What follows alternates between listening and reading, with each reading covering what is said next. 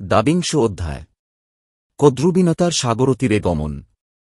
সৌতি কহিলেন, নাগগণ মাতৃশাপ শ্রবণানন্তর পরামর্শ করিল, আমাদিগের জননীর অন্তঃকরণে স্নেহের লেশমাত্র নাই, সুতরাং তাহার মনোবিলাস সফল না হইলে রোষপরবশ হইয়া আমাদিগকে ভস্মসাৎ করিবেন, কিন্তু মনোবাঞ্ছা পূর্ণ হইলে প্রসন্ন হইয়া আমাদিগের শাপ বিমোচন করিতে পারেন।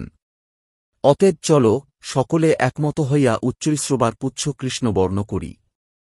নাগেরা এই অভিসন্ধি করিয়া ওই অশ্বের পুচ্ছদেশে কৃষ্ণকেশরূপ পরিণত হইল।